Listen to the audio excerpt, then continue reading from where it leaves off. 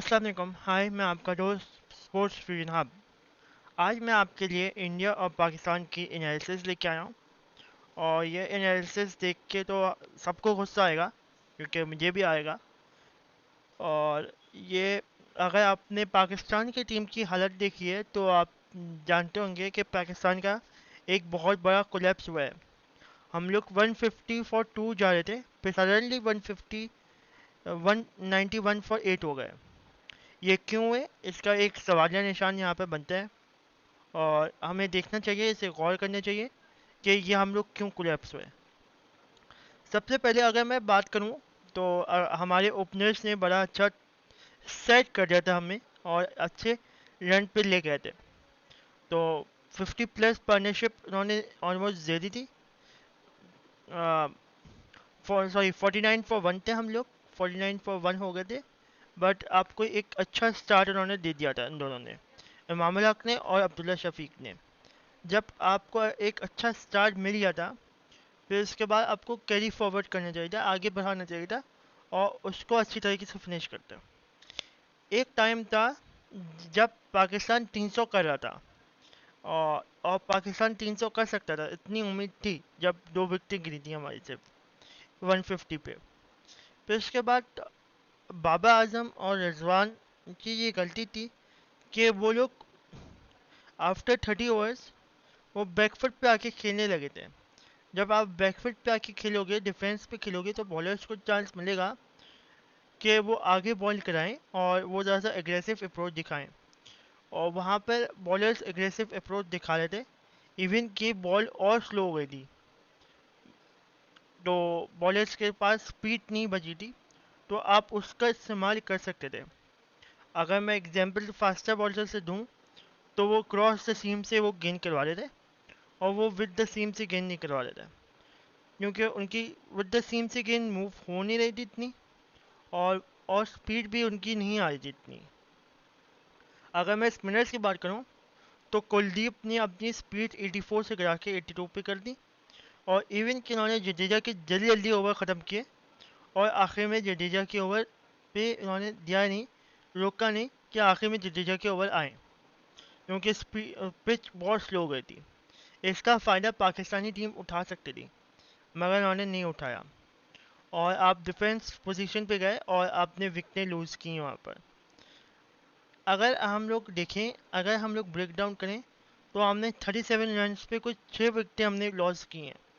ये बहुत बड़ा कोलैप्स है, हमें ये इससे देख के सीखना चाहिए और आगे ये गलती नहीं होनी चाहिए। अगर मैं बाकी बैट्समैन की बात करूं, तो आपका साउथ शकील जो था, यह इफ्तिकार है, उन्होंने बैकफुट पे आके स्क्वायर ऑफ द विकेट खेला, जबकि बॉल वहाँ पर स्लो हो गई थी, और उनको हमेशा स्लो बॉल्स को सामने हिट करना पड़ता है। अगर आप सामने हिट करते हैं तो आपके पास 6 और 4 का एरिया होता है। आपने सामने हिट नहीं किया और विकेटें वहाँ पर लूज़ की। सो ये एक गलती है जो मुझे लगा, कि आप स्क्वायर ऑफ द विकेट ज़्यादा गए रादर देन स्ट्रेट खेलने के, और आपने वहाँ पर विकेटें ज़ाया की। इवन के बुमराह को आप शुरू में पिटा, बट आखिर में उसने आके स्लो पिच से वहाँ से क्रॉस सीम करके आपसे विकेटें ली। और क्रॉस सीम हमेशा फास्ट बॉलर्स के लिए कोई अच्छी बॉल नहीं होती, क्योंकि सेम हो जाती है अंदर या बाहर, और वेरी बाउंस मिलता है उसमें। कभी बाउंस मिलता है, कभी बाउंस नहीं होता, कभी स्किड हो जाती है बॉल, कभी नहीं होती। तो बुमराह भी अपना खुद भी डिफेंसिव था, बट आपने ज़्यादा डिफेंसिव दिखाया अपने अप्रोच, तो उसने आके विकेटें ली। जब उसने विकेटें ली तो आप और अपने शेल में चले गए, और आपके नीचे लोअर ऑर्डर भी फेल हो गया, इवन कि आप 50 ओवर्स नहीं खेल पाए। आपको ये बैठ के सोचना चाहिए कि हमने क्या गलती की, और आप यहाँ पर दूसरे बॉलर्स के ऊपर सही से प्लान नहीं कर पाए। आपको प्लान नहीं कर पाए कि आप इन बॉलर्स को कैसे खेलेंगे, जब स्लो बॉल हो गई तो कैसे खेलेंगे। या अगर मैं बैटिंग बॉलिंग की बात करूँ अपनी आपकी, तो आप प्लान नहीं कर पाए रोहित शर्मा को कैसे खेलेंगे, करवाएंगे गेंद। अम, आपके पास कोई प्लान नहीं था, आप कोई प्लान रख के गेंद नहीं करवा रहे थे, आप सिर्फ रैंडम गेंद करा रहे थे। और वहाँ पर 3 विकेटें अगर गिर भी गई, आप मैच बिल्कुल हार गए थे। हाँ, लो टोटल का मतलब ये नहीं है कि आप पूरा का पूरा दूसरी ऑपोजिशन को दे दें और आप फाइट न करें। यहाँ पे आप कम से कम फाइट तो करते हो और कोई 6 to 8 विकेट्स लेते, पता चलता कि आपने फाइट किया। मगर ऑर्डिनरी बॉलिंग हुई जिसमें रोहित शर्मा ने बहुत मारा ऑफ 86। कोई आपको तरीका ही नहीं था कि कैसे हम लोग उसको रोकें। आपके पास कोई तरीका नहीं था। आपको सोचना चाहिए कि हर बैट्समैन के ऊपर कि उसकी वीकनेस क्या है और उस हिसाब से आपको प्लानिंग करनी चाहिए। ये सब कुछ था। और मैं आखिर में जाते जाते नवाज़ और शादाब के बारे में ये कहूँगा कि नवाज़ इम्प्रूव कर सकते हैं। आपके पास कोई ऑफ स्पिनर है ही नहीं इस वक्त, लेफ्ट आर्म ऑफ स्पिनर। हाँ, ऑफ स्पिनर है हमारे पास इफ्तिकार, मगर बट आप उससे बॉलिंग नहीं करवाते। और ये बात मैं बहुत शुरू में बिफोर द वर्ल्ड कप बोल चुका हूँ कि आप उससे का इस्तेमाल करें। और 7 से 8 ओवर वो आराम से फेंक सकता है और वो उसे फेंकने भी चाहिए, क्योंकि वो एक तरीके से बॉलिंग करता है, ऑन अ चैनल बॉलिंग करता है और विकेट भी लेता है।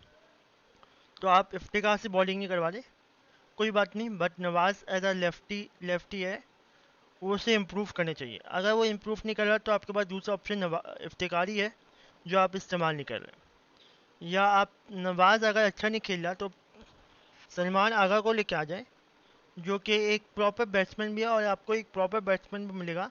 और इफ्तिकार और सलमान अली आगा 10 ओवर मिलकर निकाल लें, तो ये भी आपके पास ऑप्शन है। आपका अगला मैच ऑस्ट्रेलिया के खिलाफ है तो आपको देखना पड़ेगा। शदाब एज अ लेगी है हमारा, शदाब एज अ ऑलराउंडर है। वो ना कि उसको बैटिंग आ रही है ना उसको बॉलिंग शूट कर रही है। ऐसा लग रहा है कि होपलेस हो चुका है अपनी इनिंग्स में और बिल्कुल अजीब सी फुल टॉस कर रहा है। जब वो बॉलिंग पे आता है, बैटिंग पे आता है तो वो आउट होता है। तो ना उसको बॉलिंग में कुछ विकेटें मिल रही हैं, तो विकेट रखी और विकेटें हमें उठानी है, तो हम एक प्रॉपर बॉलर की तरफ जा सकते हैं विच इज़ उसामा मीर, जो अभी रिसेंटली हमारे पास स्क्वाड में है और हमने वार्म अप मैचेस में भी उसे खिलाया। मे बी हमें वो बेटर हो जाए, वो बेटर बॉलर दिखे हमें शराब से, तो हमें उसे खिलाना चाहिए।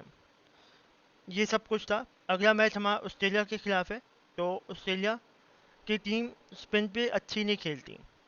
अगर आप अब कुछ चेंज करना चाहते हैं तो अभी आपके पास टाइम है, आगे बहुत देर हो जाएगी। आप अभी चेंज कर लें। अगर आप अभी चेंज करेंगे तो आपके लिए बहुत बेहतर होगा और ऑस्ट्रेलिया के मैच जीतें और आगे मैचेस जो हैं वो जीतें। मुझे ये पता है और ये यकीन है कि पाकिस्तान सेकेंड राउंड में क्वालिफाई कर सकते हैं इन सेमीफाइनल, और फिर उसके बाद आप ये तो क्वालिफाई करें, फिर उसके बाद हम लोग देख लेंगे इंडिया को इन द सेमीफाइनल और इन द फाइनल। सेमीफाइनल में हम लोग शायद इंडिया को कोलकाता में मिले, वहाँ पर हम लोग हरा सकते हैं, क्योंकि इंग्लैंड में भी हम लोग कोलकाता में होंगे।